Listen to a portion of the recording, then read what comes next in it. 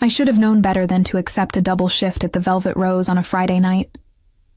My feet ached, my lower back screamed for mercy, and the smile I'd plastered on my face for the last 6 hours felt like it might crack and shatter across the marble floor. But rent was due in 3 days, and my pride wouldn't let me call my sister for another loan. "Table 7 needs a refill," Marcus hissed as he brushed past me, his tray balanced with practiced ease. "And they're getting impatient." I glanced toward the corner booth, the one we called the shadow table, because it sat just beyond the reach of the crystal chandeliers, draped in perpetual dimness. 3 men in expensive suits occupied it tonight, their conversation hushed, their eyes constantly scanning the room. I'd learned not to ask questions about the shadow table. The Velvet Rose attracted a certain clientele, the kind who paid in cash, tipped generously, and expected absolute discretion. I'd been working here for 8 months, ever since I'd moved to the city, and I'd perfected the art of being invisible while being indispensable. I grabbed the bottle of 30-year-old scotch from behind the bar and made my way across the restaurant, weaving between tables of laughter and clinking glasses. The closer I got to table 7, the heavier the air became, like walking into a storm front. The 3 men fell silent as I approached. "Gentlemen," I said, keeping my voice professional and pleasant. "Can I refresh your drinks?" The 2 on the left barely glanced at me, but the man on the right, the one sitting deepest in the shadows, turned his head. And the world tilted. He was beautiful in the way a knife was beautiful, all sharp edges and dangerous promise. Dark hair swept back from a face carved from stone and severity, with a jawline that could cut glass and eyes so dark they seemed to absorb light rather than reflect it. He wore his power like other men wore cologne, invisible but unmistakable, seeping into every breath. "Please," he said, and his voice was smoke and velvet, low enough that I had to lean in slightly to hear it. My hand trembled, just barely as I poured. I cursed myself for the weakness, but I felt those dark eyes tracking my every movement, studying me with an intensity that made my skin prickle. "You're new," he observed. Not a question. 8 months, I replied, focusing on the amber liquid cascading into his glass. "So, not exactly new." One of the other men stiffened at my tone, but the dark-eyed stranger's lips curved. Not quite a smile, but something more dangerous. 8 months, and I've never seen you. He lifted the glass, swirling the scotch with elegant fingers. "I notice everything that happens in my city. His city." The words hung in the air like a claim, a warning, a promise. "Maybe you weren't looking," I said, then immediately regretted it. This wasn't the kind of man you challenged, not even playfully. But instead of anger, something sparked in those midnight eyes. Interest, perhaps. Or amusement. Perhaps. He took a sip, never breaking eye contact. "Do you play chess?" The question came from nowhere, catching me completely off guard. What? Chess. He gestured to the corner of the booth, and I noticed for the first time the marble chess set sitting on the table, pieces arranged mid-game. "Do you play?" "Sometimes," I admitted carefully. "Join me." It wasn't a request. "I'm working. I'll clear it with your manager." He pulled out his phone, typed something with one hand. 30 seconds later, Marcus appeared at my elbow, his face flushed.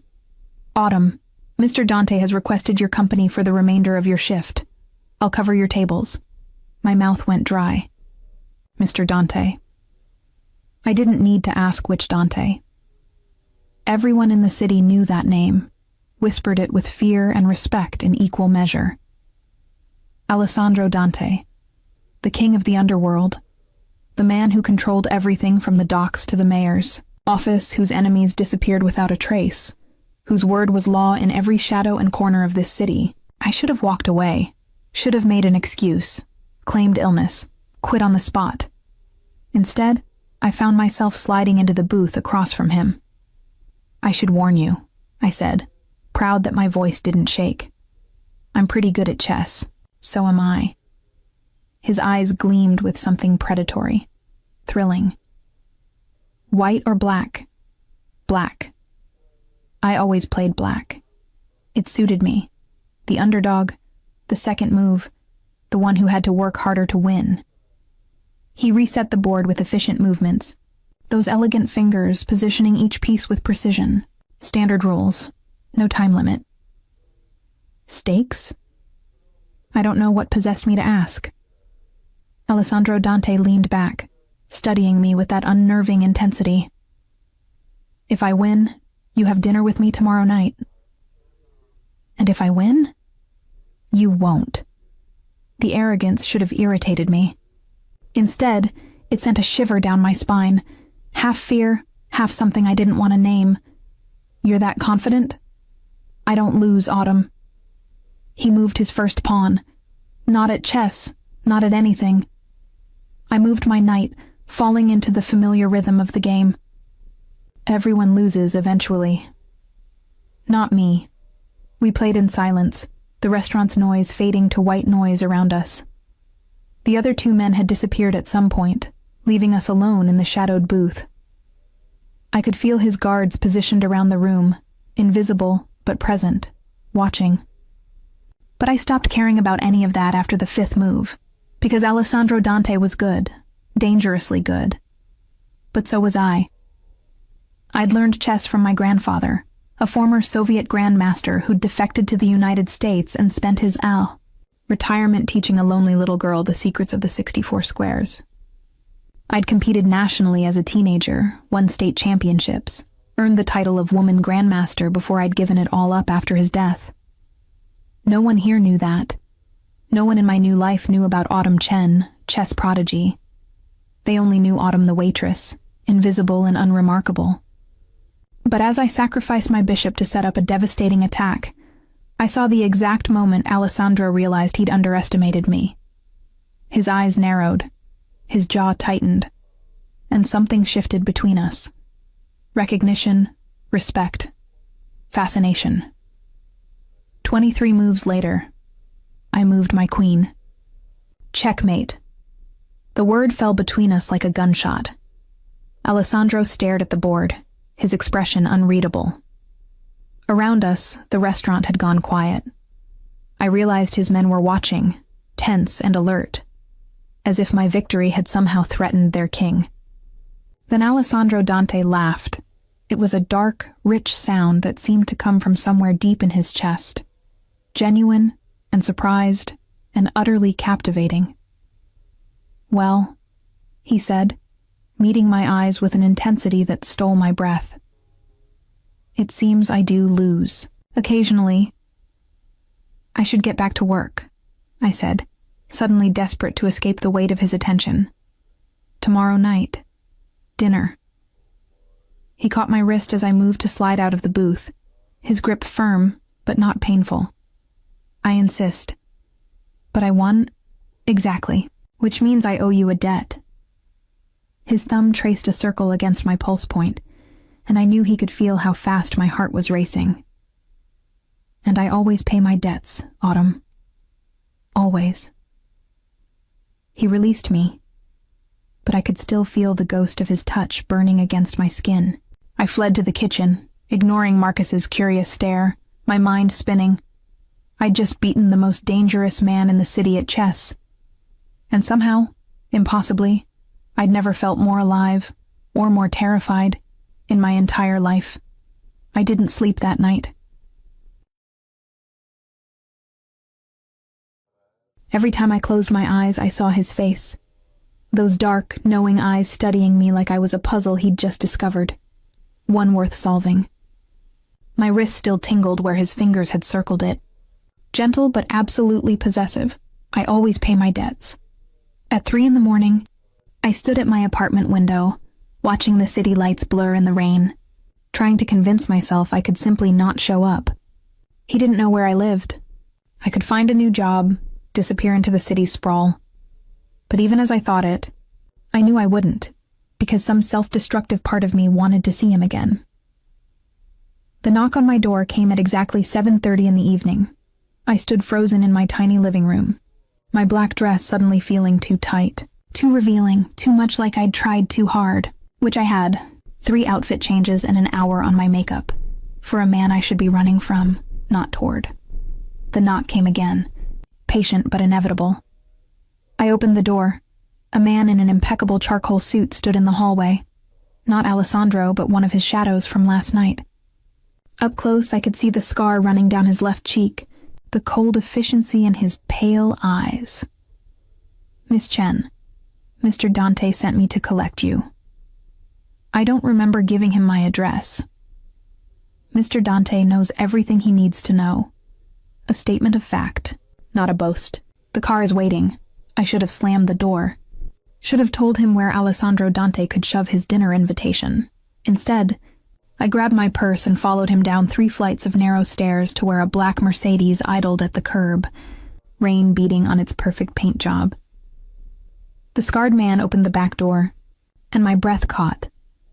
Alessandro sat in the darkness of the car's interior, devastating in a black suit that probably cost more than my yearly rent. He looked up from his phone, and that dangerous, almost smile curved his lips. "Autumn." He said my name like a secret. "You came. You knew I would." I slid into the car, hyper-aware of the small space. The scent of his cologne, something dark and expensive. Cedar and smoke, I hoped. The door closed, sealing us in together. The privacy screen was up, giving us the illusion of being alone. But hope and certainty are different things. Where are we going? Somewhere private. He poured 2 glasses of wine from a bottle I didn't recognize but suspected cost a fortune. Somewhere we can talk without an audience. About what? About how a waitress at the Velvet Rose happens to play chess like a grandmaster. He handed me a glass, his fingers brushing mine deliberately. "About who you really are, Autumn Chen." My heart stuttered. "I don't know what you mean. Don't insult us both with lies." His voice remained soft, but steel ran underneath it. "I had my people look into you after last night. There's remarkably little information available about your life before 8 months ago. No social media, no credit history, no digital footprint beyond what's absolutely necessary. You're a ghost who suddenly materialized in my city. People have a right to privacy. Not in my world." He shifted closer, and I felt the heat of him, the magnetic pull that seemed to distort gravity itself. In my world, secrets are currency, and mysteries are either assets or threats. Which am I? I haven't decided yet. His eyes searched my face with that unnerving intensity. "But you beat me last night." "No one beats me. So either you're incredibly lucky, or you're much more than you pretend to be." The car glided through rain-slick streets, climbing into the hills above the city. I should have been terrified. Alone with Alessandro Dante, being taken somewhere private, my secrets laid bare. But I'd spent 24 hours thinking about those last moments at the chessboard. About the way he'd looked at me when I'd checkmated his king, like I'd finally become visible to him, like I'd finally become real. "My grandfather taught me," I said quietly. "Mikhail Volkov. He was a Soviet grandmaster before he defected. I grew up playing against him every day." Alessandro's expression shifted. Surprise, recognition. "Volkov, I know that name. He trained several world champions before he disappeared from the circuit.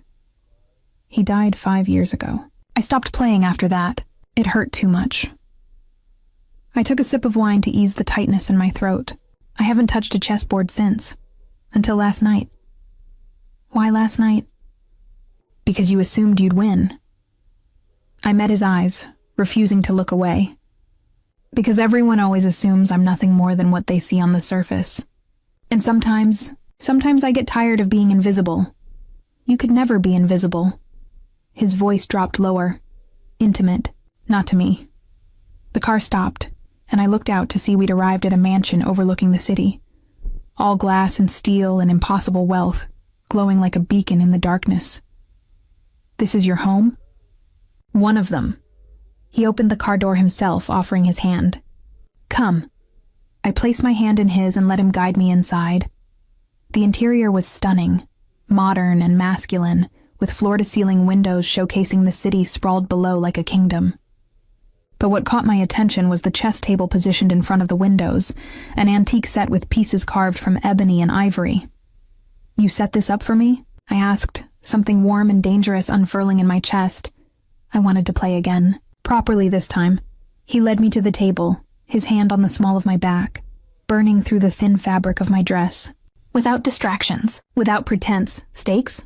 The word came out breathier than I'd intended. Alessandro smiled, a real smile this time, devastating and boyish and utterly lethal to my self-preservation. "Truth," he said. "For every piece captured, the winner asks a question. The loser must answer honestly, and if I refuse to answer, then I win by forfeit." He began setting up the board. "But I don't think you will. I think you're as curious about me as I am about you." He was right. God help me, he was completely right. "I'll play," I said, "but I should warn you. I don't plan on losing." "Neither do I." His eyes gleamed with challenge and something darker, more intense. "Which means tonight is going to be very interesting." He captured my first pawn 12 moves in. "Why did you really come to this city 8 months ago?" he asked. I hesitated, feeling the weight of the truth. But I'd agreed to the rules. To disappear, I admitted. To become someone else. Someone normal and unremarkable. Why? That's 2 questions. You'll have to earn the next one. His smile was predatory. Challenge accepted. The city glittered below us like scattered diamonds as Alessandro captured my knight. 3 pieces to 2. He was winning. "What are you running from?" he asked, his voice soft but unyielding. I stared at the board, my throat tight. We'd been playing for an hour, the questions gradually peeling away layers I'd thought were safely buried. He knew about my grandfather now, about the chess circuit, about the promising career I'd abandoned, but he didn't know the real reason I'd disappeared. "My family's expectations," I said carefully. It was true, if not the whole truth. My father wanted me to be a champion, to make the Volkov-Chen legacy immortal. When I walked away after grandfather died, he never forgave me. Alessandro studied me with those dark, penetrating eyes. "There's more." "That's not a question." "No," he agreed, reaching across to capture one of my bishops. "But this is... Why do I feel like you're still hiding the most important part?" My pulse quickened. "Because you're perceptive. And dangerous. Is that your question?" His lips curved. "Whether I'm dangerous?" "I already know you're dangerous." I moved my queen, forcing his king into a defensive position. "The question is whether you're dangerous to me." "Yes." No hesitation, no pretense. Just brutal honesty. "I'm the most dangerous thing that's ever walked into your carefully constructed new life, Autumn. Because I see you, the real you, and I have no intention of letting you fade back into the shadows." The words landed like a physical touch, stealing my breath. I captured his rook. "Why did you really invite me here?" I asked. "It's not just about the chess." Alessandro leaned back, his expression unreadable in the city's reflected glow. For a long moment I thought he might refuse to answer, might claim forfeit and end the game. Then he spoke. "Because when you beat me last night, I felt something I haven't felt in 10 years. His voice was low, almost rough. Surprise, wonder, the thrill of facing something unexpected. He paused. "In my world, everything is calculated. Every move, every alliance, every threat. People are predictable. They want money, power, protection. They fear me or they try to use me. But you..." He reached across the board, his fingers brushing my wrist exactly where he'd touched me last night. "You looked at me like I was just a man who'd underestimated you at chess, not the king of anything. Just Alessandro." "You are just a man," I said quietly. "No," his grip tightened slightly. "I stopped being just a man a long time ago. I'm a weapon, a monster, a necessary evil that keeps the city's darkness from consuming everything." His eyes burned into mine. "But for 3 seconds last night when you said checkmate, I forgot that." The vulnerability in his voice cracked something open inside me. "I should go," I whispered, but I didn't pull away. "You should," he agreed. "You should run as far and as fast as you can from me, Autumn Chen. Because I consume everything I touch. I ruin and destroy and corrupt. His thumb traced my pulse. But you won't run, because you're as tired of hiding as I am of the darkness. He was right. God, he was so devastatingly right. I captured his remaining night. What do you want from me? My voice came out shakier than I'd intended. Alessandro's expression shifted, something raw and hungry flickering across his features before he controlled it. Everything, he said simply. Every secret, every fear, every thought that crosses your brilliant mind. He stood, moving around the table toward me with predatory grace. I want to understand how you think, what makes you smile, what haunts you at 3 a.m. He stopped in front of me, close enough that I could feel the heat radiating from his body. I want to protect you from whatever you're running from, even though protection is the most dangerous thing I could offer. His hand came up, fingers ghosting along my jaw. And I want to corrupt you, to pull you into my world, to watch you navigate the darkness and still somehow shine. That's... I struggled to breathe. That's insane. Yes, his smile was dark, self-aware. I'm aware. You don't even know me. Then let me. He tilted my face up, his eyes searching mine. Stay, finish the game. Let me ask my questions and answer yours. Let this, whatever this is, exist for one night before reality crashes back in. I should have said no. Should have stood, called for his driver, returned to my tiny apartment and my invisible life. Instead, I reached up and captured his king. Checkmate, I whispered. Again. Alessandro's laugh was low and rough. Impossible. Look at the board. He did, and I watched the realization cross his face. I'd sacrificed my queen 3 moves ago to set up an inescapable trap. He'd been so focused on my questions, on the conversation, that he'd missed it entirely. You're magnificent, he breathed. I'm a grandmaster who never loses. I stood, bringing us chest to chest, my heart hammering. You should have done better research. I should have. His hand settled on my waist, possessive and careful. But I'm glad I didn't. I'm glad you surprised me. I win, I said. Which means I get to ask the final question. Ask. I looked up into those dark, dangerous eyes and voiced the question that had been burning in my chest since the moment I'd slid into his car. What happens now? Alessandro's expression turned absolutely feral.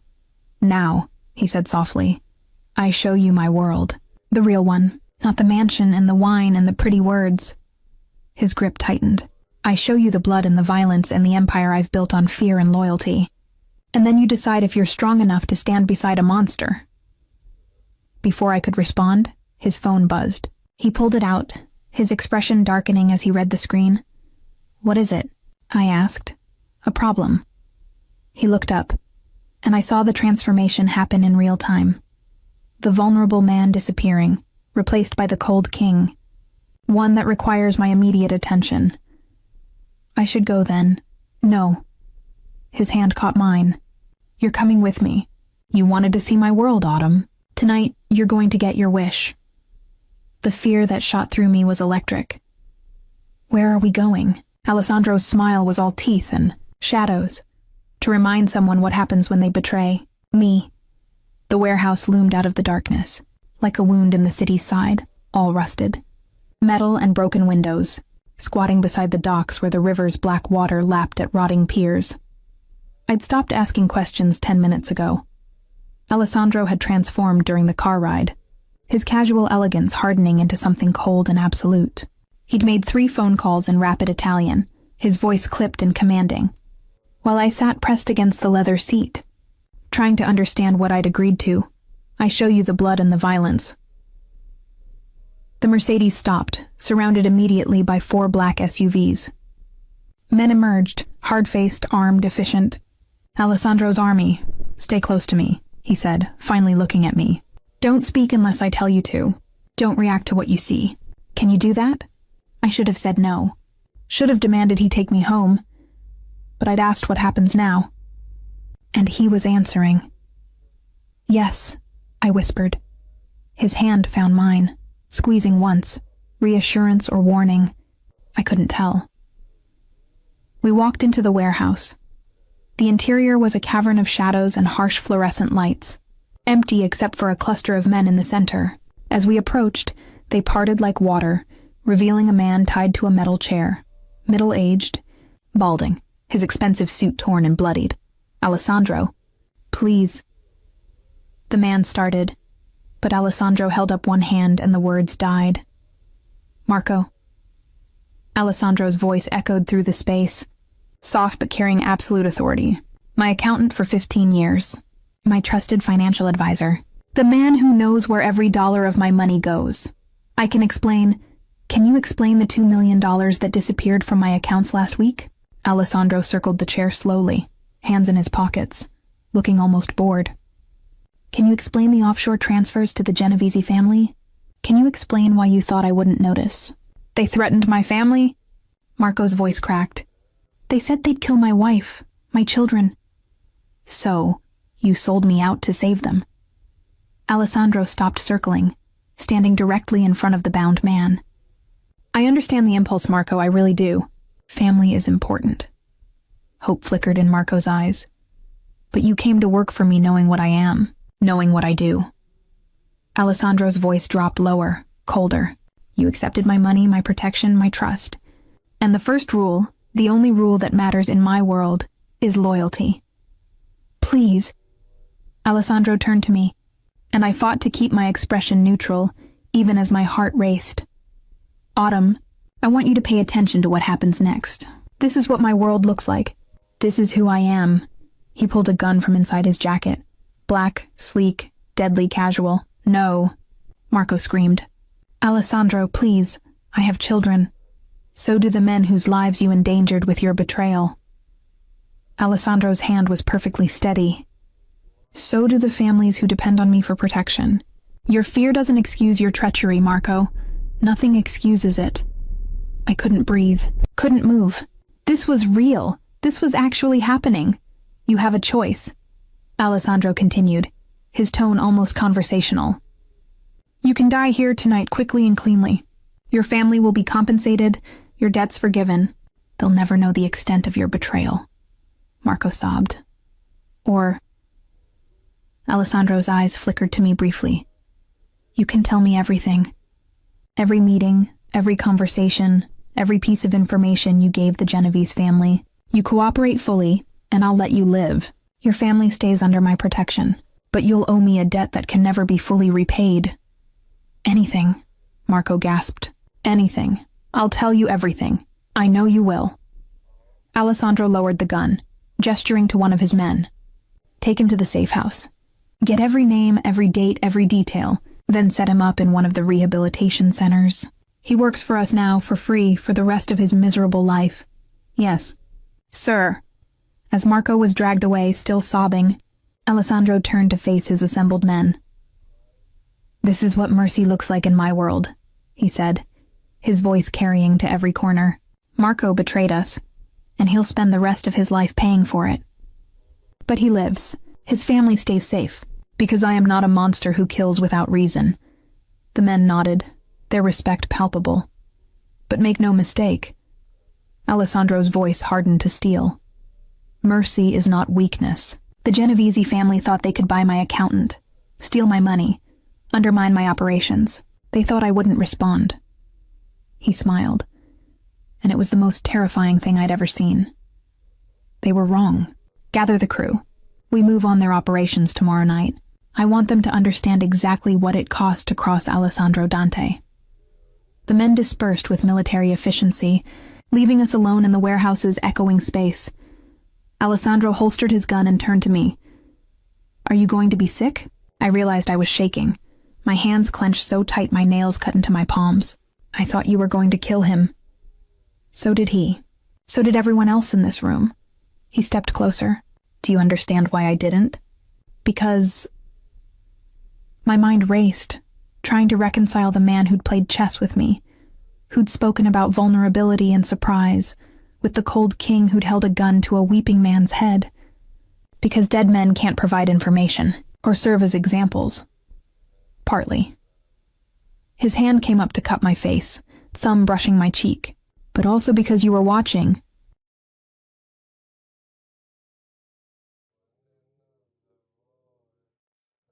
My breath caught. What? I wanted to show you who I am, Autumn.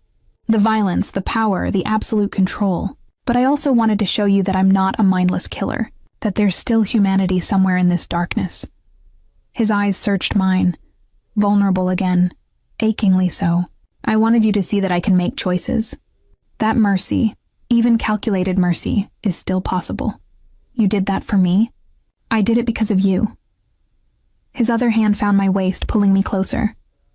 I did it because the thought of you looking at me with disgust or horror was suddenly unbearable. I did it because in the space of 2 days, you've become something I can't define, can't control, and sure as hell can't walk away from. Alessandro, tell me to take you home. His forehead pressed against mine, his breath warm on my lips.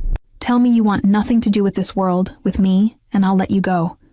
I'll make sure you're safe, set you up somewhere far from here, and I'll never contact you again.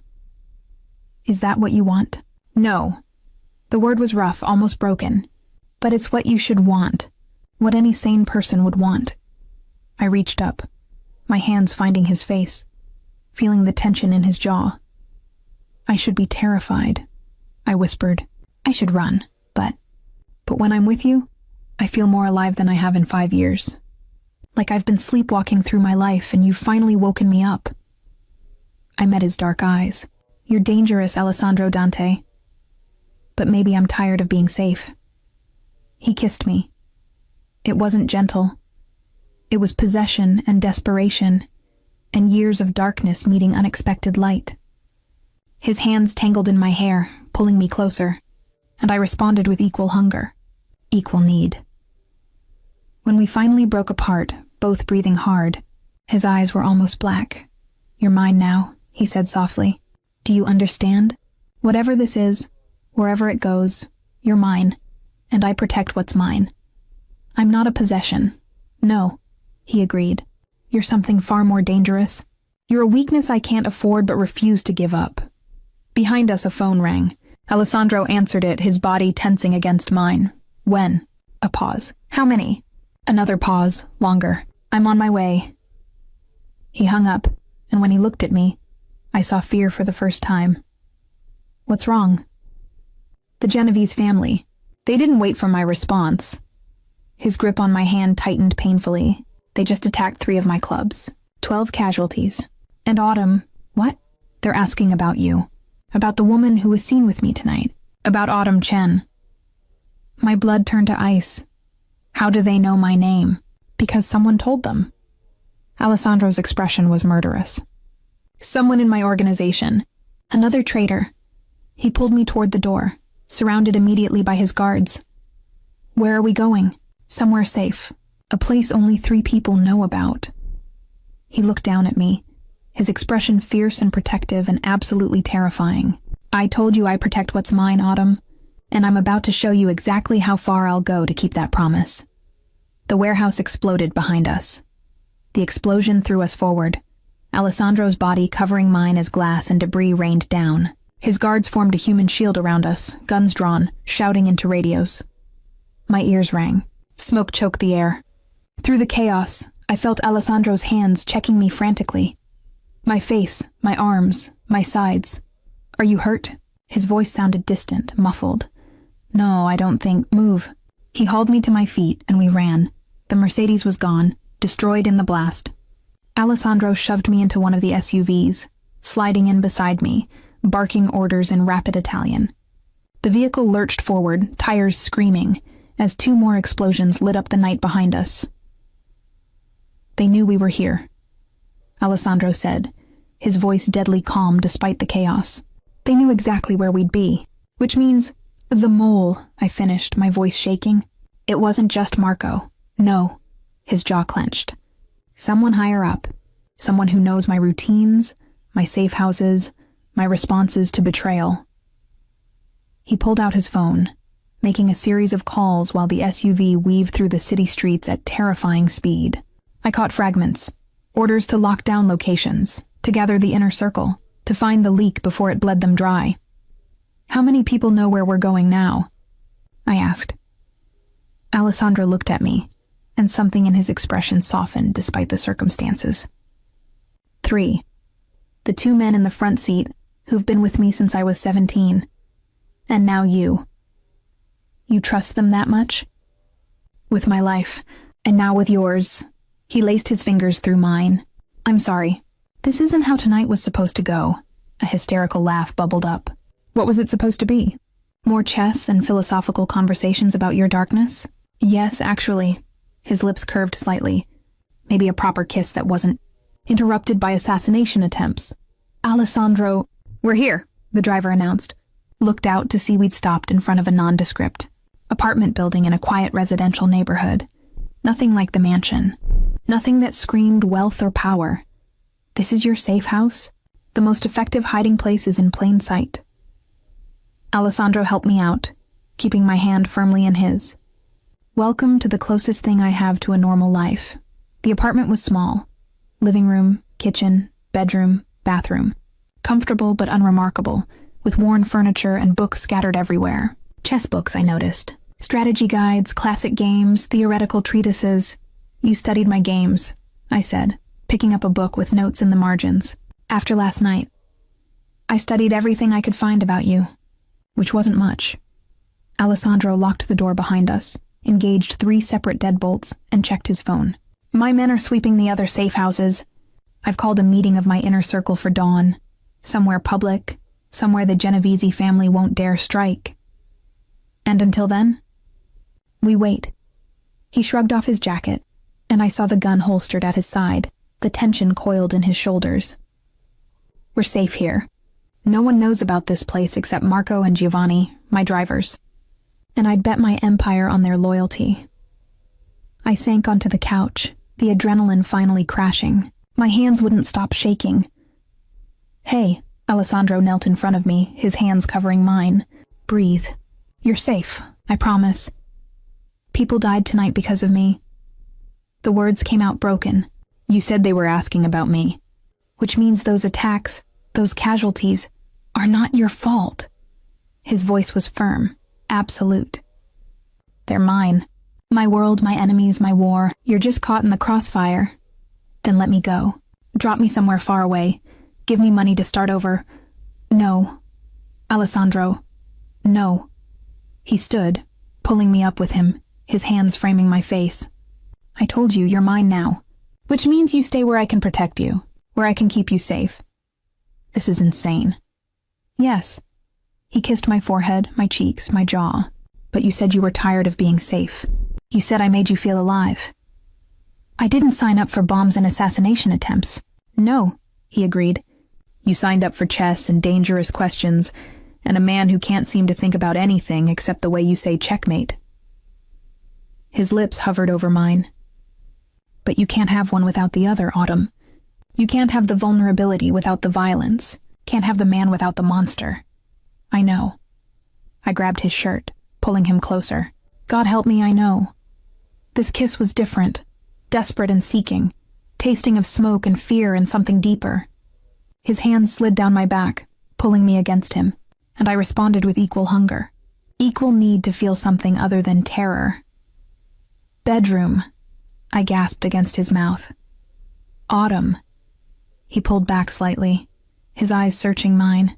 If we do this now, in the middle of all this chaos, I'll regret it tomorrow. I finished.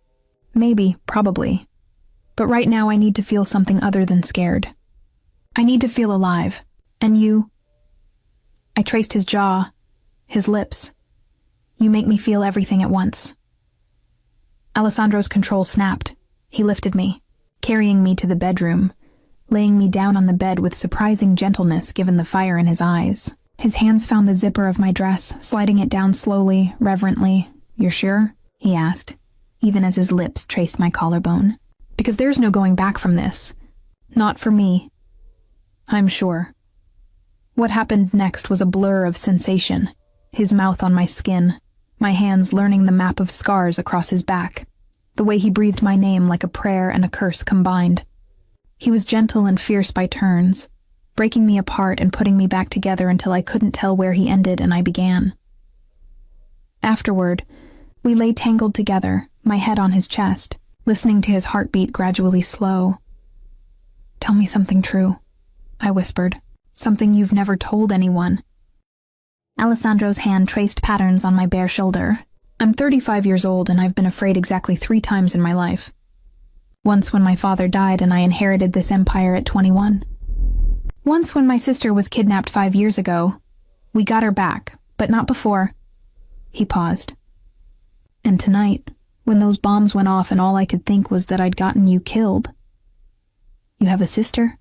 Had. She died 2 years ago. Cancer. His voice roughened. The doctors said it was genetic, unavoidable. But I always wondered if it was my world that poisoned her. If the stress, the fear of being my family, somehow made her sick. I pressed closer. You can't blame yourself for cancer. I can blame myself for everything else. He kissed the top of my head. I am responsible for so much death, Autumn.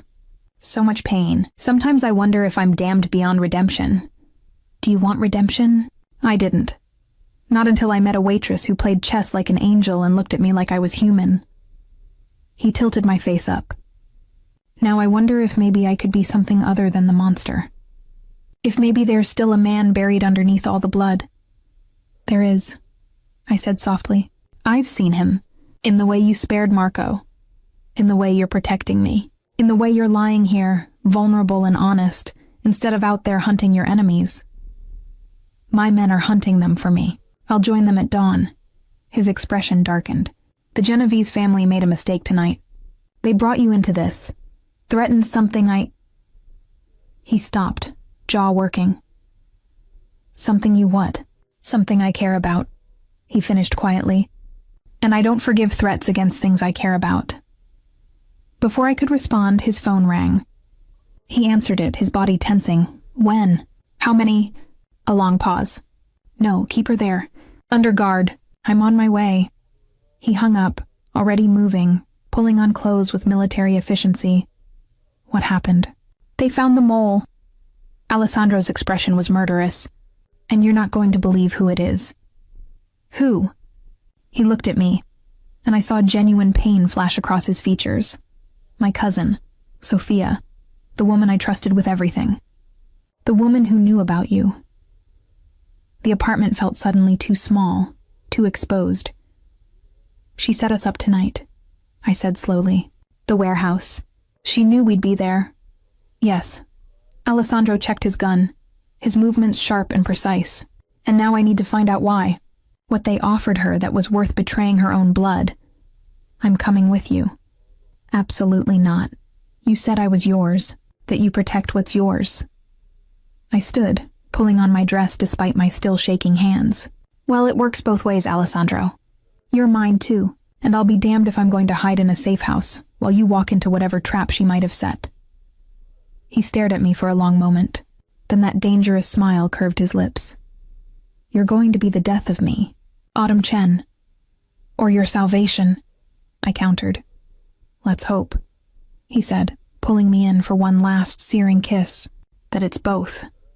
Sophia Dante was beautiful, porcelain skin, raven hair, dark eyes that mirrored Alessandro's.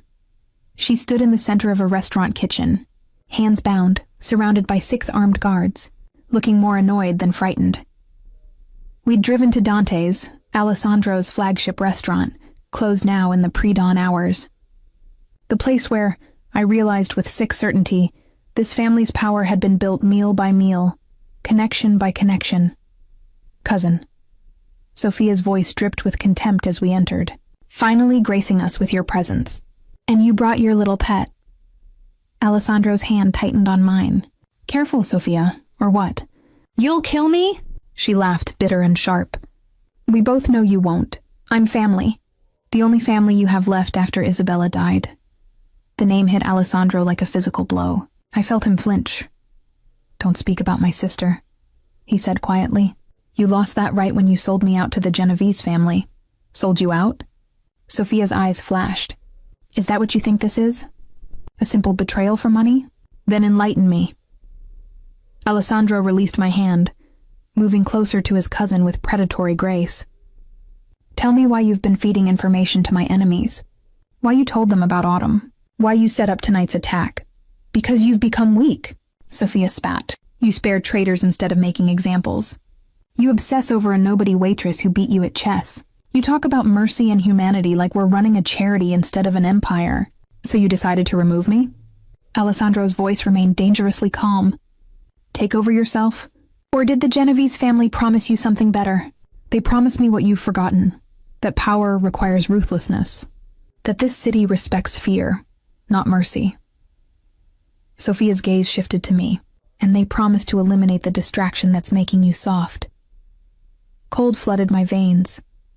You want me dead. I want him focused. Sophia turned back to Alessandro. Do you know what they're saying in the streets? That Alessandro Dante is losing his edge. That he's fallen for some girl and can't make the hard decisions anymore. That maybe it's time for new leadership. So you decided to provide it. Alessandro's jaw clenched. By having me killed. Your own cousin, I decided to save our family's legacy. Sophia's composure cracked.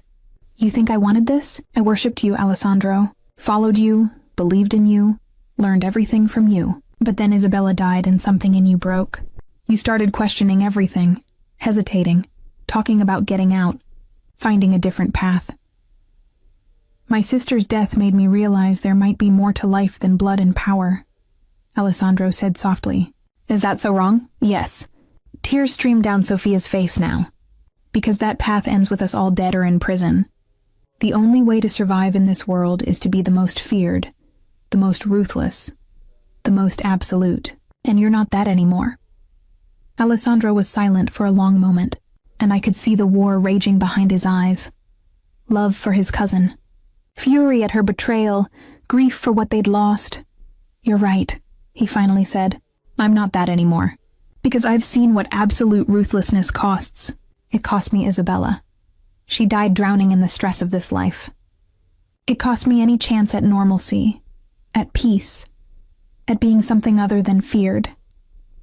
He turned, finding my eyes across the room.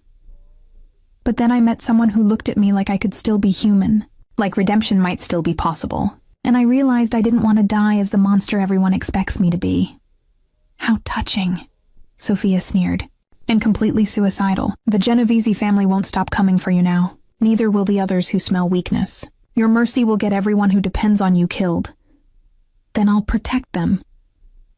Alessandro's voice turned to steel. All of them. And I'll start by dealing with you. He pulled out his gun. Sophia paled. You won't. You just said, I said I didn't want to die as a monster. I didn't say I wouldn't become one to protect what's mine. He chambered around. You threatened Autumn. You orchestrated attacks that killed 12 of my people. You betrayed everything our family stands for. Give me one reason I shouldn't end this right now. Because I'm your cousin. Sophia's voice rose, panicked now. Because I'm family. Because you love me. I did love you. Alessandro's hand was perfectly steady. Past tense. But you made your choice when you chose power over loyalty. Alessandro. I stepped forward, my heart pounding. Don't. He looked at me, surprised. If you kill her, you prove her right, I said quietly. You prove that mercy was just a performance for me. That deep down, you're exactly the monster everyone thinks you are. She tried to have you killed, Autumn. I know. I moved closer, placing my hand over his gun, lowering it slightly. But you said you wanted to be something different. Something more. You can't do that by executing family members in restaurant kitchens. What do you suggest? I let her go? Trust that she won't immediately run back to my enemies? No. I looked at Sophia, seeing the fear beneath her defiance. I suggest you show her exactly why mercy is more powerful than fear. Alessandro studied me for a long moment. Then, slowly, he lowered the gun completely. Fine. He turned to Sophia.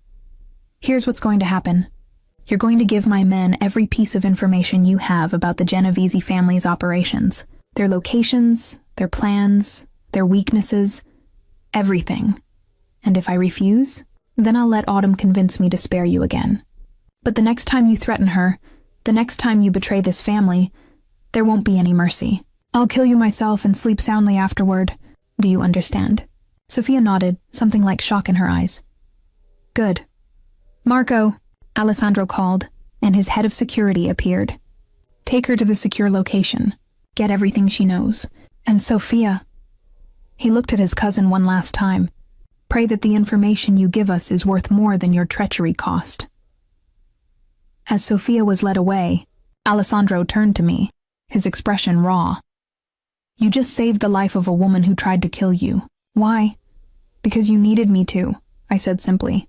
Because I could see you didn't want to do it, despite what you said.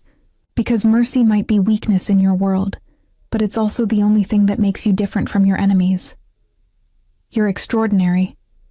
He pulled me close, burying his face in my hair, and terrifying. And I have no idea how I survived 35 years without you, Alessandro. I love you. The words came out rough, almost angry. I know it's too soon, too crazy, too everything.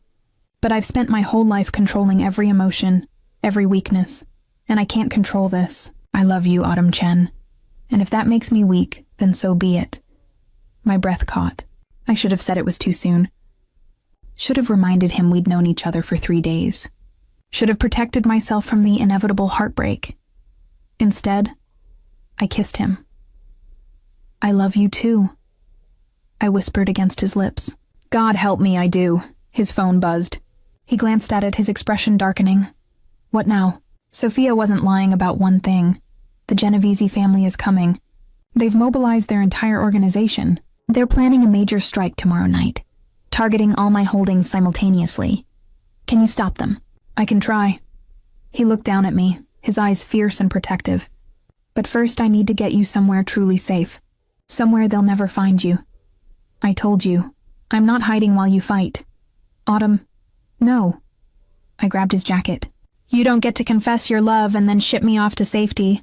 We're in this together now. Whatever happens tomorrow night, we face it together.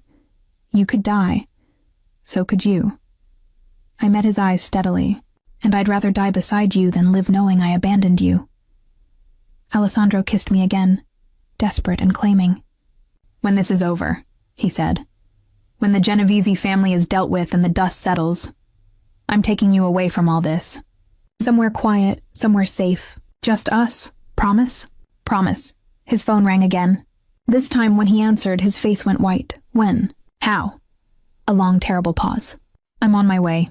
He hung up, and I saw genuine fear in his eyes. What happened? Marco and Giovanni, my drivers. The men I trusted with my life. His voice shook. They're dead. Both of them. Killed in their homes within the last hour. The room spun. But you said... I said 3 people knew about the safe house. Marco, Giovanni, and Sophia. Alessandro's expression turned murderous. Which means Sophia gave up more than just information to the Genovese family. She gave up the only place I considered truly safe. They know where we were. They know where we slept. They could have killed us. I whispered. No. Alessandro pulled out his gun, checking the clip with shaking hands. They wanted us to know. Wanted us to understand that nowhere is safe, that they can reach us anywhere, anytime. What do we do? Alessandro looked at me, and I saw a man on the edge of breaking, caught between the violence of his world and the fragile hope of redemption I'd offered him. We do what I should have done from the start, he said quietly. We go to war, and we don't stop until either they're destroyed or we are. The sun was rising over the city, painting the sky in shades of blood and fire. Tomorrow night, one way or another, everything would change. The war room was exactly what I'd imagined. A converted basement beneath the restaurant, with screens displaying security feeds from across the city, maps marked with territories, and a table surrounded by hard-faced men who commanded their own pieces of Alessandro's empire. And me, the waitress who'd stumbled into their world 3 days ago, now sitting at Alessandro's right hand like I belonged there. The Genovese family has 40 soldiers mobilized. Marco's replacement, a scarred man named Tomas, reported, pointing to locations on the map. They're targeting all 5 warehouses, 3 clubs, and this restaurant. Simultaneous attack scheduled for 10 p.m. tonight. Let them come, growled Dominic, Alessandro's enforcer. We'll turn their attack into a massacre. No. Alessandro's voice cut through the room. That's what they expect. A direct confrontation that bleeds both families dry. Then what do you suggest? Asked Vincent, the elderly consigliere who'd served Alessandro's father. We can't simply let them destroy our holdings. Alessandro stood, moving to the map. We evacuate all the locations. Move everyone, civilians, workers, guards, out by 8 p.m. Make it obvious we're abandoning them. You want to let them take our territory? Dominic looked incredulous. I want them to think they've won. Alessandro's smile was cold, calculated. While their forces are spread across the city, hitting empty buildings, we strike at the heart. Their main compound, their money, their leadership. That's suicide, Vincent protested. The Genovese estate is a fortress.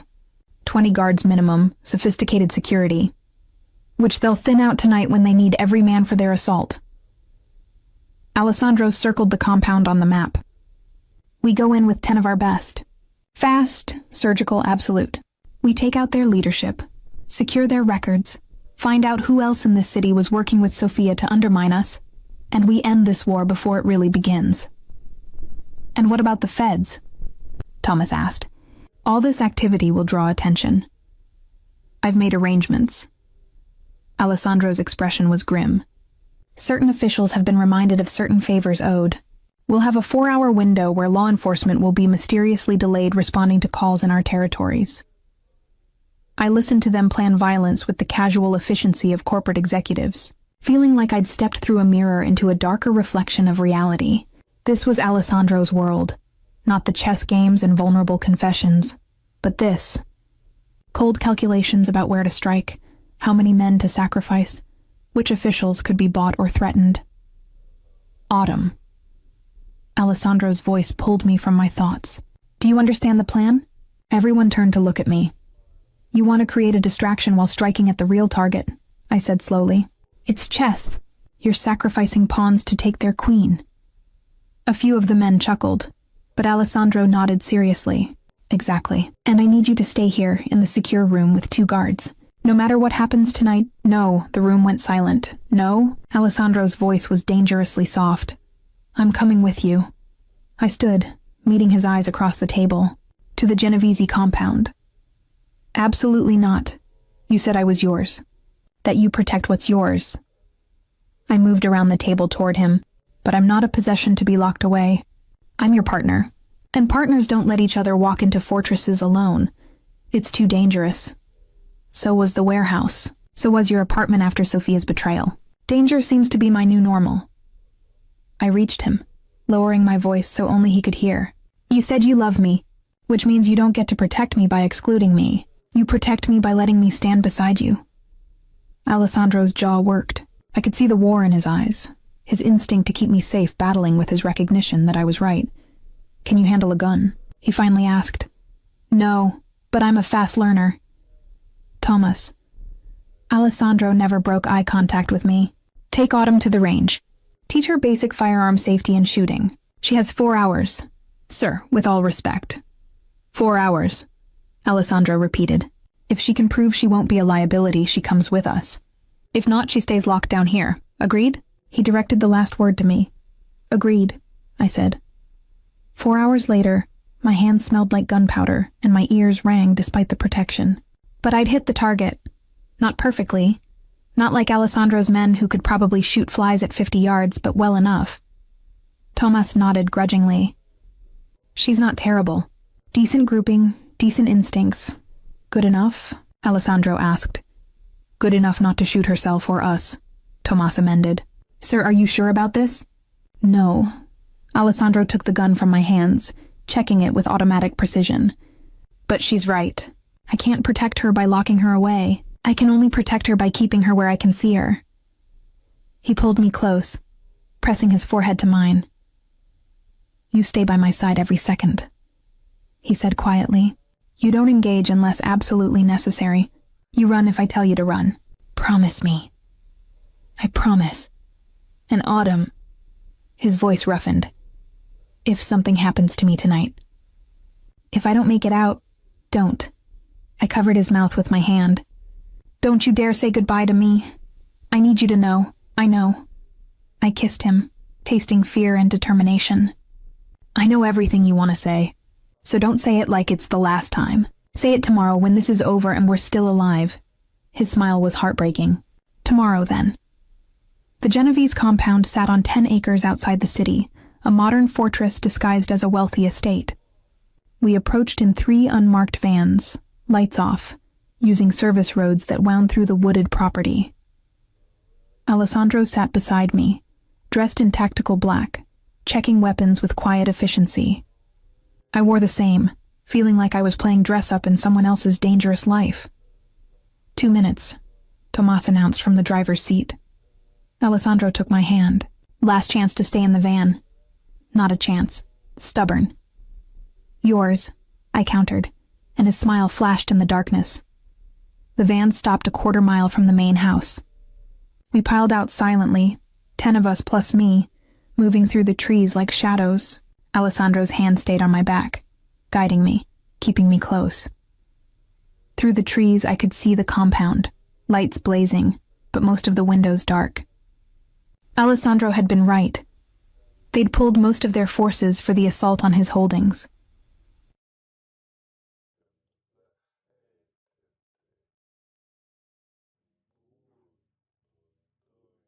"3 guards visible," Dominic whispered, pointing. 2 at the front gate, 1 roving the perimeter. "Tomas, Vincent, take them quietly. The rest of you, on my signal." Alessandro looked at me. "You stay behind me." "Always." I nodded, my heart hammering so hard I thought they might hear it. Tomas and Vincent disappeared into the darkness. 30 seconds later, Alessandro's radio crackled softly, all clear. We moved. The compound security was good, but not perfect. Alessandro's men disabled cameras with practiced ease, picked locks that should have been unpickable, moved through the mansion like they'd rehearsed it 100 times. Maybe they had. We found the main office on the 2nd floor, a massive space that screamed old money and older corruption. Alessandro went straight for the safe, pulling out tools I didn't recognize, working with intense focus. 5 minutes, he muttered. "Guard the door." His men took positions while I stood beside him, watching him work. "You've done this before," I observed quietly. "This is how I built my empire. By taking what belonged to my enemies and making it mine." The safe clicked open. "By being smarter, faster, more ruthless than everyone else." He pulled out stacks of documents, hard drives, cash. "Here, the Genovese family's entire operation. Financial records, political connections, blackmail material." The radio crackled. "Sir, we have movement." "Multiple vehicles approaching fast." Alessandro's head snapped up. "How many?" "All of them, sir. The entire Genovese force. They're coming back." "Impossible," Dominic breathed. "The attack on your holdings was a trap," Alessandro finished, his face going pale. "They knew we'd come here. They wanted us here." The realization hit me like ice water. Sophia, she told them everything. "The plan, the timing, everyone out, now!" Alessandro grabbed my hand, pulling me toward the door. Too late. The explosion blew out the windows, throwing us backward. Gunfire erupted from below, from outside, surrounding us. Alessandro covered me with his body as bullets chewed through the walls. "We're pinned," Thomas shouted. "All exits blocked." Alessandro's eyes met mine, and I saw the horrible understanding there. We weren't getting out of this. Not all of us. Maybe none of us. "I love you," he said over the chaos.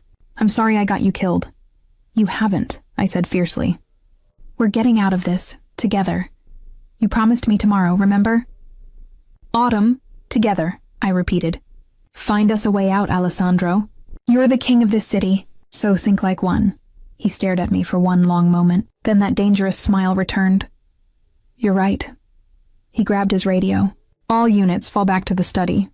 Burn protocol. Sir, burn protocol means—" "I know what it means. Do it." His men converged on our position, laying down covering fire. Alessandro pulled me to the far wall, pressing a hidden panel that swung open to reveal a narrow passage. "Secret exit." I gasped. Every fortress has a weakness. I always make sure I know what it is. He pushed me into the passage. "Go, straight down, follow the tunnel. It comes out at the tree line." "What about you?" "I'm right behind you." But he wasn't moving. He was holding something in his hand. A small device with a blinking red light. Understanding hit me. The burn protocol. You're going to blow the house, with the Genovese family inside it, every last one of them. His expression was grim. It's the only way to end this. To make sure they never threaten you again. Alessandro, go, Autumn. Please, I'll be right behind you. I ran. The tunnel was narrow, dark, and smelled like earth and terror. I stumbled through it, Alessandro's hand firm on my back, pushing me forward. Behind us, his men followed in grim silence, and behind them, the sound of gunfire grew fainter. How far? I gasped. 100 yards. Keep moving. The tunnel sloped upward. My lungs burned. My hands scraped against rough stone walls. But Alessandro's presence behind me was solid, real, alive. We burst out into the night air at the tree line. I fell to my knees, gasping, while Alessandro's men took defensive positions around us. Everyone out? Alessandro demanded. All accounted for, sir, Tomas reported. Good. Alessandro pulled out the device from earlier. Get to the vans. We have 30 seconds. We ran. 20 seconds later, we were piling into the vans. 10 seconds later, Alessandro hit the button. The Genovese compound exploded. Not one explosion, multiple. Carefully placed charges that ripped through the mansion in a choreographed symphony of destruction. Fire bloomed into the night sky, turning darkness into terrible, beautiful light. I watched the inferno through the van's rear window, unable to look away. How many were inside? I asked quietly. Alessandro's hand found mine. 23. The entire leadership of the Genovese family. Everyone who authorized the attacks, who threatened you, who worked with Sophia to tear down everything I've built. You killed them all. Yes. His voice was flat, empty. I told you I was a monster, Autumn. I told you this was who I am. I turned to look at him. In the fire's glow, his face was half in shadow, expression carefully blank, but I could see the cost written in the tension of his jaw, the shadows under his eyes. You gave them a choice, I said. Back at the warehouse with Marco, you offered mercy, and they chose war. Chose to come after everyone I care about. Chose to make you a target. His grip on my hand tightened painfully. I'm not going to apologize for ending them. I'm not asking you to. I leaned against him, exhausted beyond measure. I'm just trying to understand how you live with it. How you carry all that weight. I don't know anymore. His voice cracked slightly. Before you, I didn't question it. Violence was just the cost of power, the price of maintaining order in a city that respects nothing but strength. And now I wonder if there was another way. If I could have stopped this without becoming exactly what they accused me of being. He pressed his face into my hair. I wonder if loving you is making me weaker, or finally making me human. It's making you both, I said quietly. And maybe that's not a bad thing. The vans drove through the night, taking winding roads away from the burning compound. Alessandro made calls, coordinating with his people across the city. The attacks on his holdings had been half-hearted at best. The Genovese family had indeed pulled most of their forces back to trap Alessandro at their compound. It hadn't worked. What about Sophia? I asked as he hung up from his latest call. Alessandro's expression darkened. She's still in custody. Probably doesn't know yet that her alliance just went up in flames. What will you do with her? I don't know. He rubbed his face tiredly. She's family. The last family I have, actually. But she tried to have us both killed. The old you would have executed her, I observed. Yes. He looked at me. What would you do? Me? I'm nobody's judge, Alessandro. I'm just a chess player who fell in love with a king. You're more than that. His hand cupped my face. You're my conscience, my humanity, the voice that stops me from becoming the monster completely. That's too much responsibility for one person. I know. He kissed my forehead gently. But it's what I need, who I need. We arrived at another safe house, a penthouse this time, with views of the city and security that would make Fort Knox jealous. Alessandro's men swept the place, set up defensive positions, established a perimeter, and then finally, we were alone.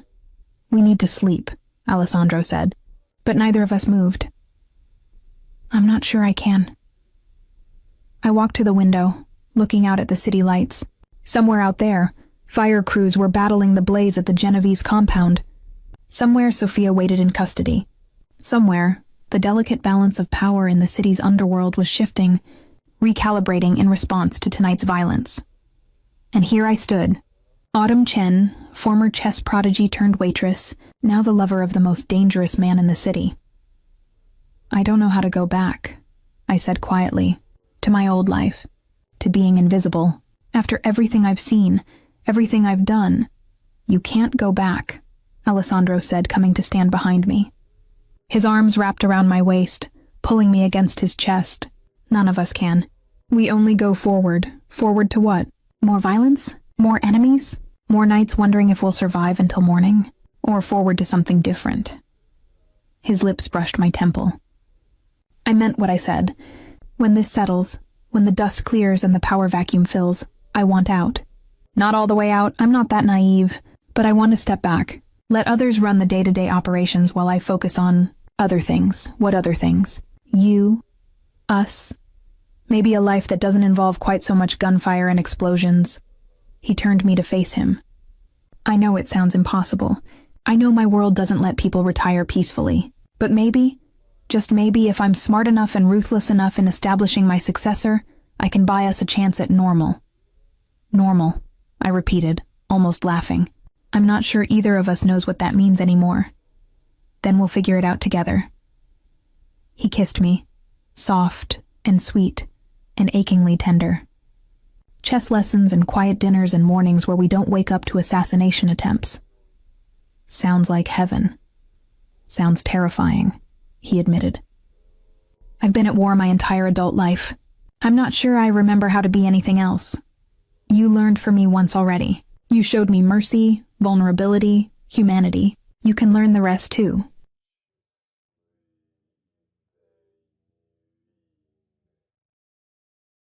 His phone buzzed. He ignored it. It buzzed again. Answer it, I said. Your empire needs its king. Alessandro sighed but pulled out the phone. His expression shifted from tired to alert to furious in the span of seconds. When? A pause. How? Another pause. Don't let her leave. I'll be there in 20 minutes. He hung up, and I already knew. Sophia? Escaped. 2 hours ago. Killed her guards, disabled the security, vanished into the city.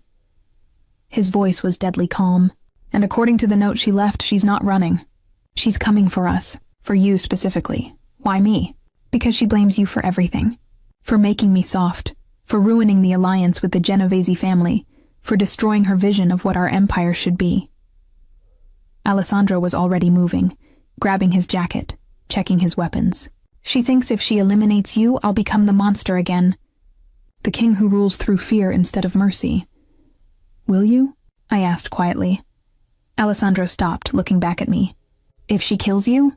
Yes, I'll become something so much worse than a monster. I'll become the thing that haunts monsters. Then I guess we'd better make sure she doesn't kill me. Autumn. No running, remember? No hiding. We face this together. She's trained, experienced, and completely unhinged by rage. You're a civilian who learned to shoot 4 hours ago. I'm also the woman you love, which means I'm not letting you face your last remaining family member alone. I grabbed my own jacket. Besides, she wants me dead, which makes this my fight as much as yours. Alessandro stared at me for a long moment. Then he did something unexpected. He laughed. It was rough, exhausted, a little bit broken, but genuine. You're going to be the death of me, Autumn Chen. Or your salvation, I reminded him, echoing our earlier exchange. Let's hope it's both. He pulled me close for one more kiss, because either way, I'm never letting you go. The phone rang again. This time it wasn't one of his men. It was Sophia. Alessandro answered on speaker. Hello, cousin? Sophia's voice was cold, controlled. I hear you've been busy tonight. The Genovese compound was very impressive, very thorough, very monstrous. What do you want, Sophia? The same thing I've always wanted. Our family's legacy preserved, our power absolute, and the distraction that's weakened you removed permanently. If you touch her, you'll what? Kill me? You already decided not to when you had the chance. That was your mistake, Alessandro. Mercy is weakness, and weakness gets people killed. Where are you? Somewhere meaningful. Somewhere that represents everything you're throwing away for a waitress who plays chess. A pause. The velvet rose, where it all began. Come alone, and maybe I'll make her death quick. The line went dead. Alessandro's face was ashen. She's going to burn down the restaurant. With you inside it. Then we'd better get there first. Autumn, she wants you. Specifically. This is a trap. Everything's a trap, I interrupted. But here's what she doesn't know. I'm a grandmaster who never loses. And I've been playing defensive chess my entire life, waiting for the perfect moment to strike. Alessandro's eyes searched mine. What are you thinking? I'm thinking, I said slowly, that it's time for Sophia to learn the same lesson you did. Never underestimate the invisible girl. Tell me your plan. I did. It was risky, possibly insane. Definitely dangerous. But Alessandro smiled, that dangerous, beautiful smile that had first caught my attention. You really are magnificent, he said. Magnificent enough to survive tonight? We'll find out together. The Velvet Rose was dark when we arrived, its elegant facade shadowed by the pre-dawn darkness. Alessandro's men surrounded the building from a distance, ready but out of sight per my plan. This had to look like we'd come alone. Last chance to change your mind? Alessandro said as we approached the front door. Not a chance. My hand was steady on the gun tucked into my jacket. 4 hours of training wouldn't make me an expert, but it would be enough. It had to be. The door was unlocked. Inside, the restaurant was lit by candles. Hundreds of them, placed throughout the dining room like a wake. Or a funeral. How dramatic, I murmured. She always had a flair for theater, Alessandro replied, his voice tight. Sophia sat at the shadow table, table 7, where this had all begun. She looked immaculate despite everything, her dark hair swept up, her dress elegant, a gun resting casually on the white tablecloth beside a chess set, the same chess set we'd played with that first night. Cousin. Sophia's smile was cold. And the girlfriend. How cozy. Sophia. Alessandro's voice was carefully controlled. This ends tonight, one way or another. I agree. Sophia gestured to the chairs across from her. Sit. Let's play one final game. I'm not here to play chess with you, Alessandro said. Not you. Sophia's eyes fixed on me. Her one game. If she wins, you both walk out of here alive. I'll disappear, you'll never hear from me again. And if you win? I asked. Then Alessandro puts a bullet in your head himself. Proves to me, to himself, to the entire city that he's still the king. Still capable of making the hard choice. Alessandro moved between us. Absolutely not. It's fine. I stepped around him, approaching the table. I'll play. Autumn, trust me. I met his eyes. Please. The war in his expression was painful to witness. But finally, he nodded. I sat across from Sophia, studying the board. The pieces were already set up mid-game. Black was losing. Recognize this position? Sophia asked. I did. It was from my final championship game, 5 years ago. The game I'd lost after my grandfather died. The one that had broken my spirit and made me walk away from chess forever. You did your research? I said. Of course. I needed to understand what Alessandro saw in you. What could possibly make him throw away everything for a nobody waitress? Sophia leaned forward. Do you know what I learned? That you're a quitter, a coward. You ran from chess because you couldn't handle losing. Just like you'll run from this life because you can't handle what it requires. Is that what you think? I studied the board, my mind already working through the combinations. That I ran from chess because of one loss? Didn't you? I walked away because chess stopped being about the beauty of the game and started being about my father's ego. About proving the Volkov legacy. About being a weapon instead of a person. I moved my knight, not the move Sophia expected, judging by her frown. Sound familiar? This isn't about me, isn't it? I captured her bishop. You're sitting here trying to force Alessandro to kill me because you can't handle him wanting something beyond the empire. Because his mercy threatens your entire worldview. You're just as much a prisoner of this life as he is. Maybe more. Sophia's hand trembled slightly as she moved her queen. You think you understand us? You've been in this world for 3 days. And in those 3 days, I've seen more humanity in Alessandro than you've apparently seen in him your entire life. I sacrificed my rook, opening up her king. He mourns the people he kills. He questions his choices. He wants something better, not because he's weak, but because he's finally strong enough to imagine a different future.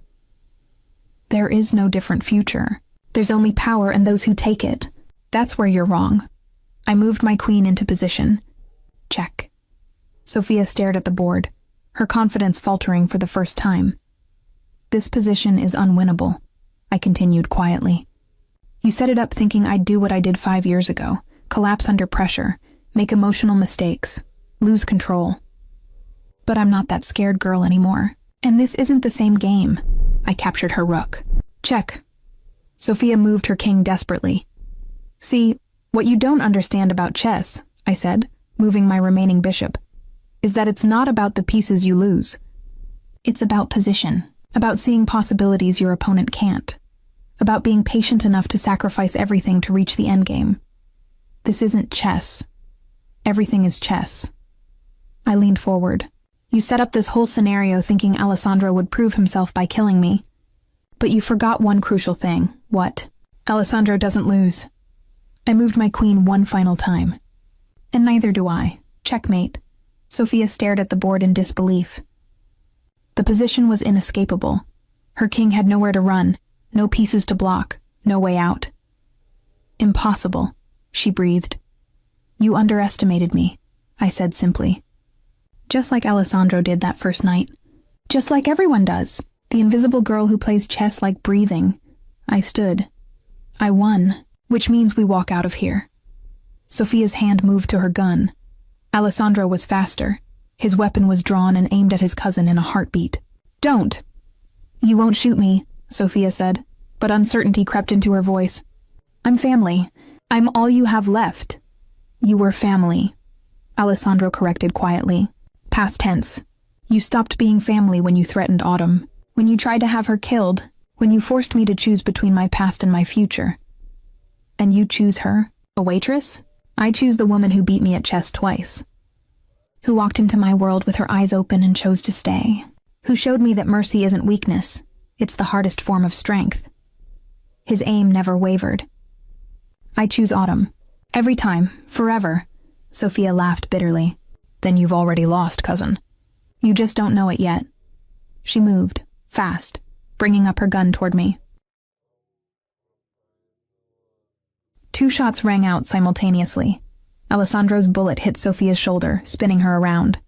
Mine hit the table. Splintering wood. I'd pulled the trigger instinctively, but missed by miles. Sophia dropped her gun, clutching her bleeding shoulder, eyes wide with shock and pain. You shot me, she gasped. Your own family.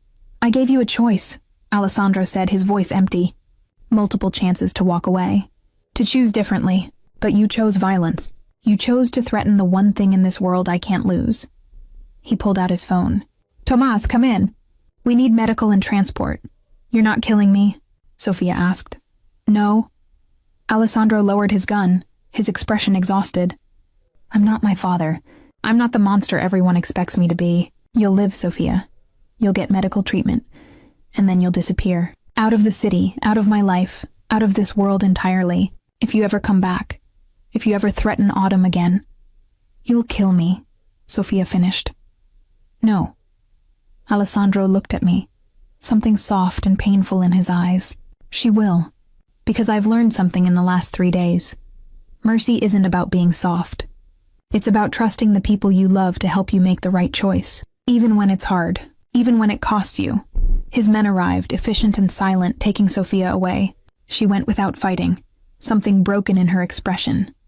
When we were finally alone, Alessandro holstered his gun with shaking hands. You missed, he said quietly. I told you I only had 4 hours of training. I set down my own gun, my hands trembling now that the adrenaline was fading. I'm not a killer, Alessandro. I know. He pulled me close, and I felt him shaking too. Thank God you're not. Thank God at least one of us still has clean hands. Your hands aren't that dirty, I said into his chest. You chose mercy. Twice in one night. That counts for something, does it? His voice was raw. I still shot her. Still hurt my own cousin. Still chose you over family. You chose the future over the past. That's not wrong, Alessandro. That's human. We stood there in the candlelight, two broken people holding each other together, while the sun finally began to rise over the city outside. Is it over? I asked. The immediate threat?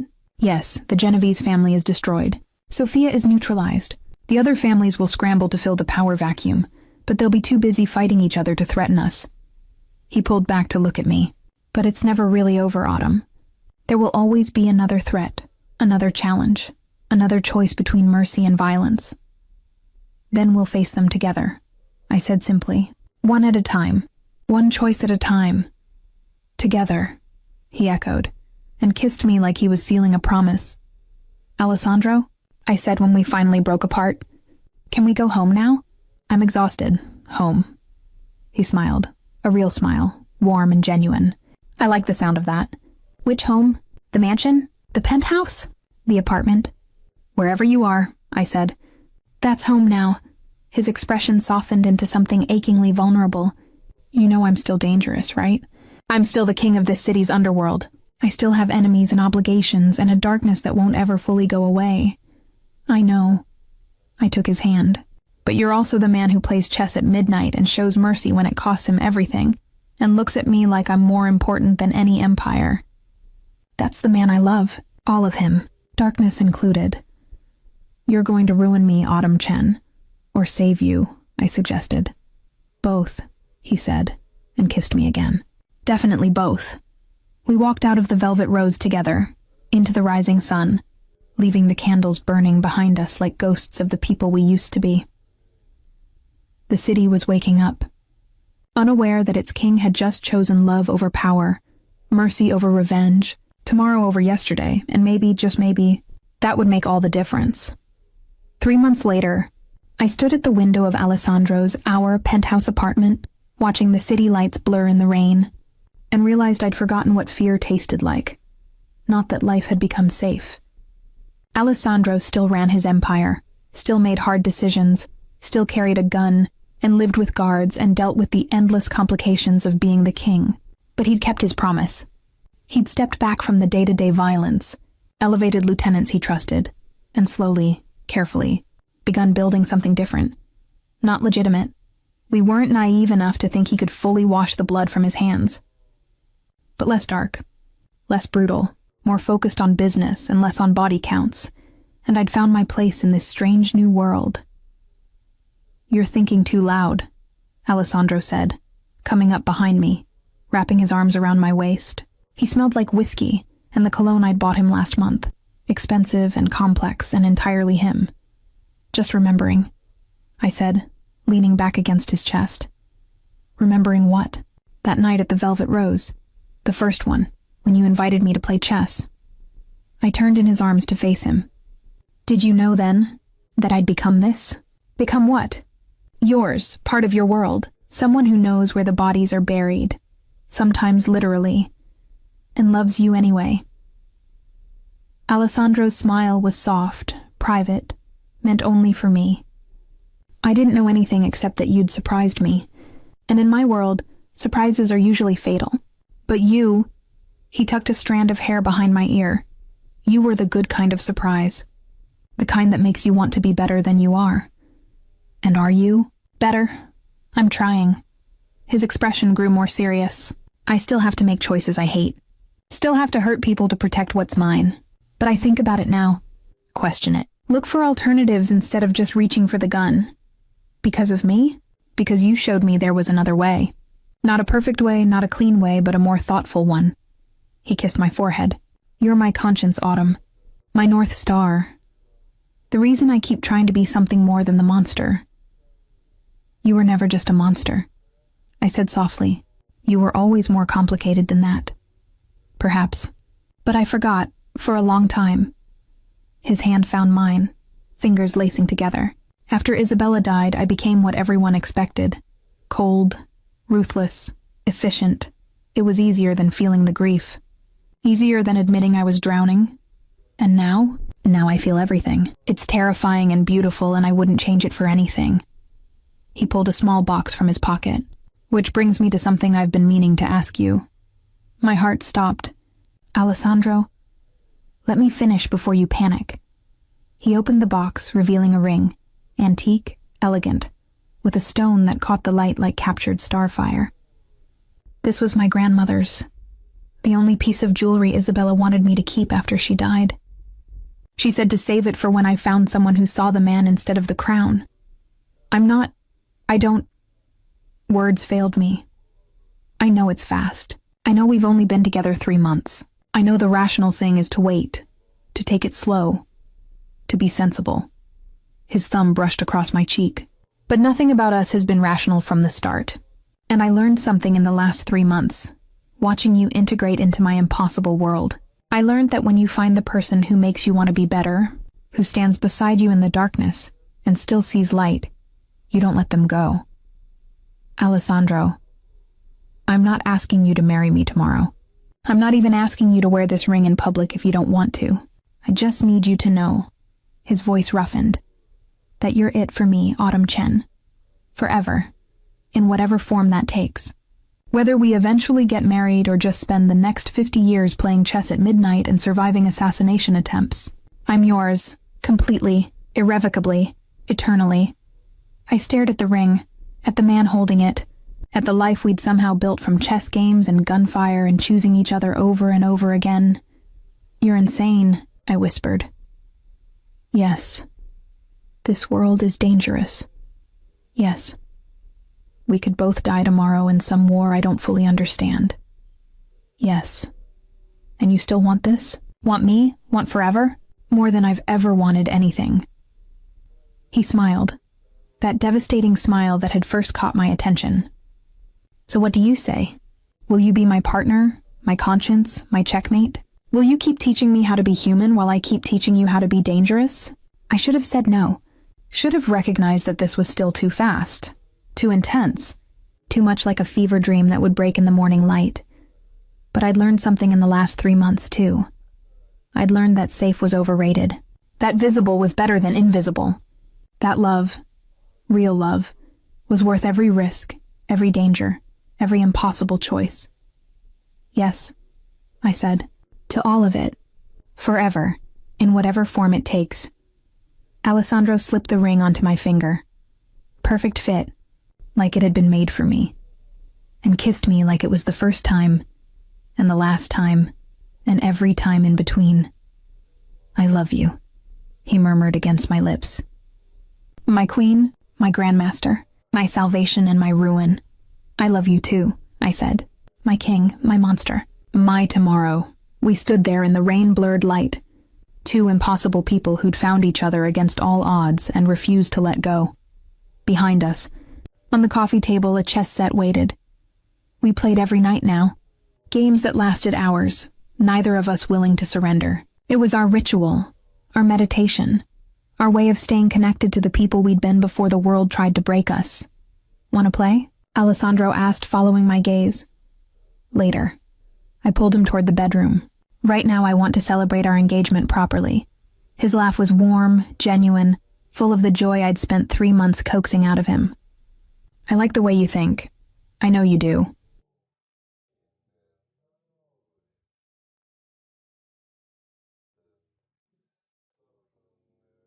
We made love slowly, tenderly, learning each other's bodies and souls with the same focus we brought to chess. And afterward, lying tangled together in the darkness, Alessandro traced patterns on my bare shoulder and told me stories about his childhood, about Isabella, about the man he'd been before the crown and the blood. I told him about my grandfather, about the girl who'd loved chess so much it hurt, about the dreams I'd abandoned when grief became too heavy to carry. "Do you miss it?" he asked quietly. "The competitive chess world, the chance to be a grandmaster for real, not just in skill." "Sometimes," I admitted, "but I traded one kind of game for another. And this one," I gestured at the city beyond the windows, at the life we'd built. "This one matters more. Has higher stakes, better rewards. You could go back," he said suddenly, "to competitive chess. I'd support you, make sure you were safe, protected, able to focus on the game. Maybe someday. I kissed his jaw, his cheek, his lips. But not yet. Right now, I'm exactly where I want to be. Playing chess with mobsters at midnight? Playing chess with the man I love at midnight, I corrected. The mobster part is just flavor. His laugh rumbled through his chest into mine. Flavor? I'm going to tell Thomas you called the criminal empire flavor. You wouldn't dare, wouldn't I? His hands found my waist, tickling, and I shrieked, dissolving into laughter as we wrestled like children instead of the dangerous, complicated adults we'd become. Later, much later, we finally made our way to the chess set. Alessandro set up the pieces while I made coffee. His black, mine with enough cream and sugar to scandalize his Italian heritage. New game? He asked as I sat down across from him. Always, I said, and moved my first pawn. We played until dawn, the city waking up around us, unaware that in this penthouse high above the streets, a king and his queen were building a life from checkmates and second chances. I'm going to beat you eventually, Alessandro said as I captured his queen. Maybe, I agreed. But not tonight. No, he smiled. Not tonight. I moved my final piece. Checkmate. Alessandro studied the board, then looked up at me with eyes full of love and laughter and infinite tomorrows. Again, he said. And so we began again, as we would every night for the rest of our lives. Two people who'd found each other in the darkness and refused to let go, playing endless games of chess and building an empire not of fear, but of love. The city sparkled below us, full of danger and possibility. But up here, in our sanctuary of light and pieces and whispered promises, we were safe. We were home. We were forever.